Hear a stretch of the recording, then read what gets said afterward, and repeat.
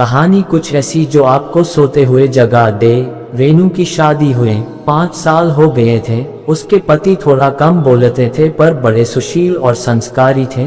माता पिता जैसे सास ससुर और एक छोटी सी ननद और एक नन्ही सी परी, भरा पूरा परिवार था। दिन खुशी से बीत रहा था। आज रेनू बीते दिनों को लेकर बैठी थी। कैसे उसके पिताजी ने बिना मांगे 30 लाख रुपए अपने दामाद के नाम कर दिए जिससे उसकी बेटी खुश रहे। कैसे उसके माता पिता ने बड़ी धूमधाम से उसकी शादी की।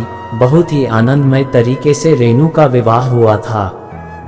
खैर बात ये नहीं थी, बात तो ये थी कि रेनू के बड़े भाई ने अपने माता पिता को घर से निकाल दिया था, क्योंकि पैसे तो उनके पास बचे नहीं थे।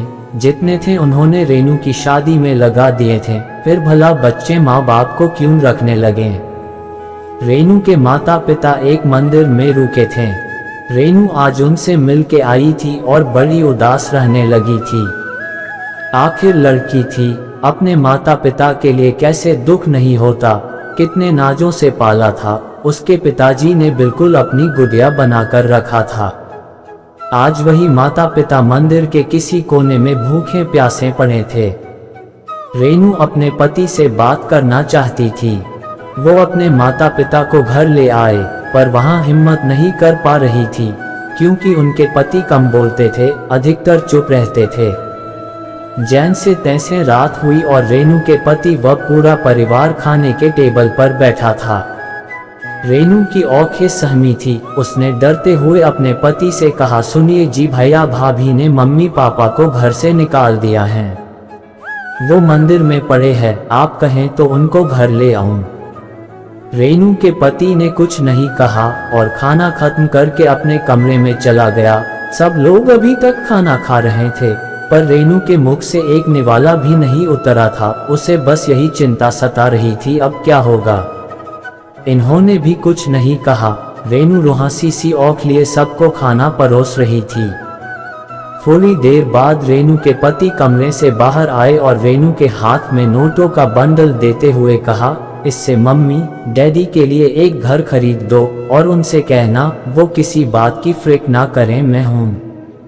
रेनू ने बात काटते हुए कहा, आपके पास इतने पैसे कहाँ से आए जी। रेनू के पति ने कहा, ये तुम्हारे पापा के दिए गए ही पैसे हैं, मेरे नहीं थे, इसलिए मैंने हाथ तक नहीं लगाए।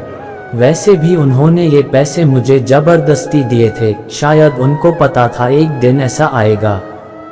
रेनू के सास ससुर अपने बेटे को गर्व भरी नजरों से देखने लगे और उनके बेटे ने भी उनसे पूछा, अम्मा जी बाबूजी यही ठीक है ना। उसके अम्मा बाबूजी ने कहा, बड़ा नेक ख्याल है बेटा नवनीत, हम तुम्हें बचपन से जानते हैं, तुझे पता है अगर बहू अपने माता पिता को घर ले आई तो उनके माता पिता शर्म से सर नहीं उठा पाएंगे कि बेटी के घर में रह रहे और जी नहीं पाएंगे, इसलिए तुमने अलग घर दिलाने का फैसला किया है। और रही बात इस दहेज के पैसे की, तो हमें कभी इसकी जरूरत नहीं पड़ी, क्योंकि तुमने कभी हमें किसी चीज की कमी होने नहीं दी। खुश रहो बेटा।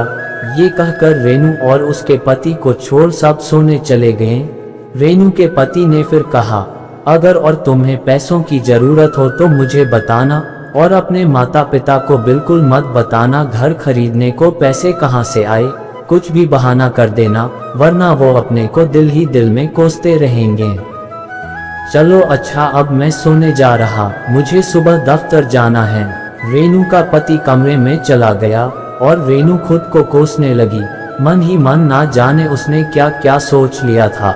मेरे पति ने दहेज के पैसे लिए हैं, क्या वो मदद नहीं करेंगे।